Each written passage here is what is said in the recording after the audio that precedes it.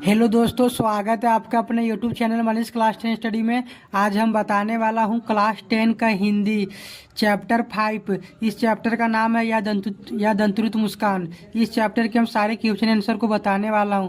तो दोस्तों, मैं आप लोगों से एक चीज़ का रिक्वेस्ट करता हूं कि आप लोग इस वीडियो को पूरा अंत तक देखिएगा। दोस्तों, पहला क्वेश्चन है, बच्चे की दंतुरित मुस्कान का कवि के मन पर क्या प्रभाव पड़ता है। तो पहला का आंसर लिखे हम, बच्चे की दंतुरित मुस्कान का कवि के मन पर निम्नलिखित प्रभाव पड़ता है। तो पहला का आंसर हम पॉइंट दे के लिखे हैं। तो लिखे हैं, बच्चे की दंतुरित मुस्कान का मतलब है कि बच्चे का मुंह से अभी दांत नहीं है और जब वह मुस्कुराते हैं तो लेखक का मनमोहक उठ पड़ती है। और फिर लिखे, दूसरा पॉइंट लिखे हैं, बच्चे की दंतुरित मुस्कान को देखकर कवि का मन अत्यंत प्रसन्न हो जाता है। बाहर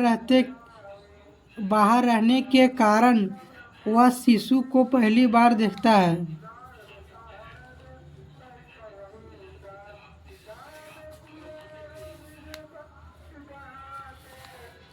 अब तीसरा पॉइंट लिखे हैं, उसकी दंतुरित मुस्कान पर मुग्ध हो जाता है।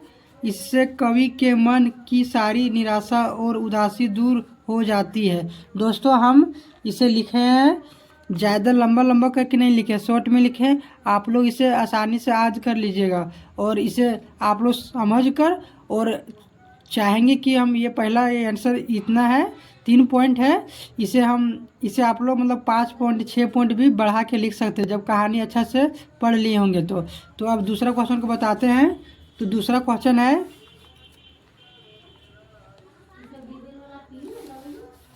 बच्चे की मुस्कान और एक बड़े व्यक्ति की मुस्कान में क्या अंतर है। तो दूसरा का आंसर लिखे हम, बच्चे की मुस्कान और एक बड़े व्यक्ति की मुस्कान में बहुत अंतर होता है। जब बच्चे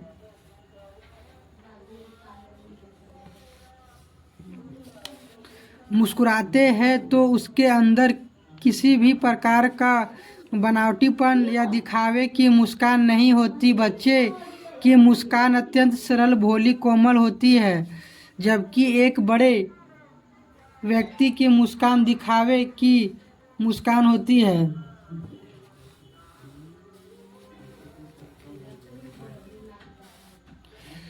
उसके अंदर स्वार्थ तथा बनावटीपन होता है। तो दोस्तों, ये दूसरा क्वेश्चन भी बता दिए, बच्चे की मुस्कान और एक बड़े व्यक्ति की मुस्कान में क्या अंतर है। आप लोग इसे और लंबा करके आराम से लिख लीजिएगा। तो अब तीसरा क्वेश्चन को बता। तो दोस्तों, अब तीसरा क्वेश्चन है, कवि ने बच्चे की मुस्कान के सौंदर्य को किन किन बिंबों के माध्यम से व्यक्त किया है। तो तीसरा का आंसर लिखे हम, कवि ने बच्चे की मुस्कान के सौंदर्य को निम्नलिखित बिंबों के माध्यम से व्यक्त किया है।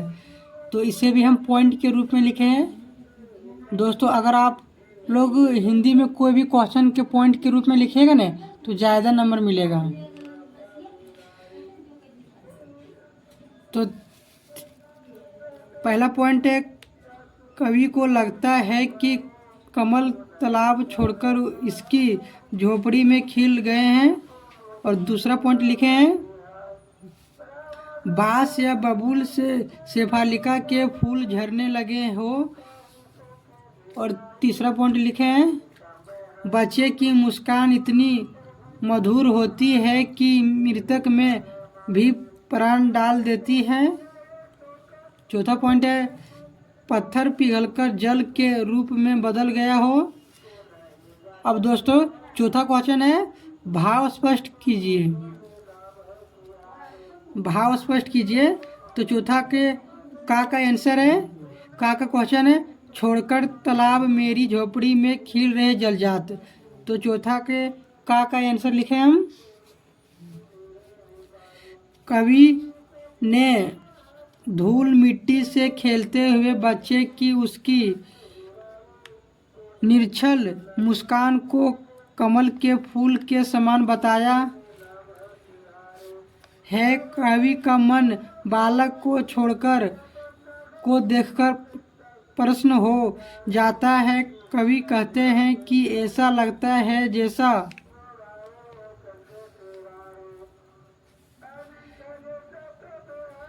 मानो कमल तालाब छोड़कर मेरी झोपड़ी के अंदर खिल गया हो। तो दोस्तों अब खा क्वेश्चन को पढ़ते हैं। तो खा क्वेश्चन है, छू गया तुमसे कि झरने लग पड़े सैफिलिका के फूल, बास था कि बबूल। तो खा आंसर लिखे हम, कवि को ऐसा लगता है कि कम उम्र वाले शिशु जिनके दांत निकल रहे होते हैं उनकी मुस्कान मनमोहक होती है। ऐसे बच्चों का स्पर्श पाकर बांस या बबूल से भी सैफिलिका के फूल झड़ने लगते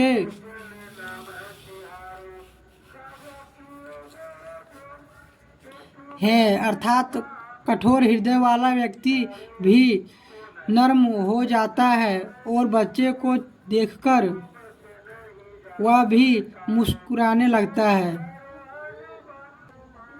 देखिए दोस्तों, यह दंतुलित मुस्कान में 4 को क्वेश्चन था, तो चारों क्वेश्चन को बता दिए। और रचना और अभिव्यक्ति से क्वेश्चन नहीं पूछा जाता एग्जाम में, क्योंकि हम जानते हैं, क्योंकि हम बोर्ड एग्जाम 2026 में दिए थे, तो उसमें रचना और अभिव्यक्ति से एक भी प्रश्न नहीं आया था। तो दोस्तों आप लोग उस पर ज़्यादा ध्यान नहीं दीजिएगा। रचना और अभिव्यक्ति जितना भी चैप्टर में रचना और अभिव्यक्ति का क्वेश्चन होगा उससे आप लोग नहीं बनाइएगा। आप लोग सिर्फ प्रश्न अभ्यास का जो रहेगा उसी को 4 को रहेगा, 5 को रहेगा, 6, 7 जितना भी रहेगा उसी को बना लीजिएगा। पर रचना और अभिव्यक्ति का एक भी क्वेश्चन को नहीं बनाएगा, वो सब क्वेश्चन एग्जाम में नहीं पूछा जाता है। तो अब फसल का आंसर हम दूसरा पार्ट में बताएंगे। पहला पार्ट में या दंतुलित मुस्कान को बता दिए।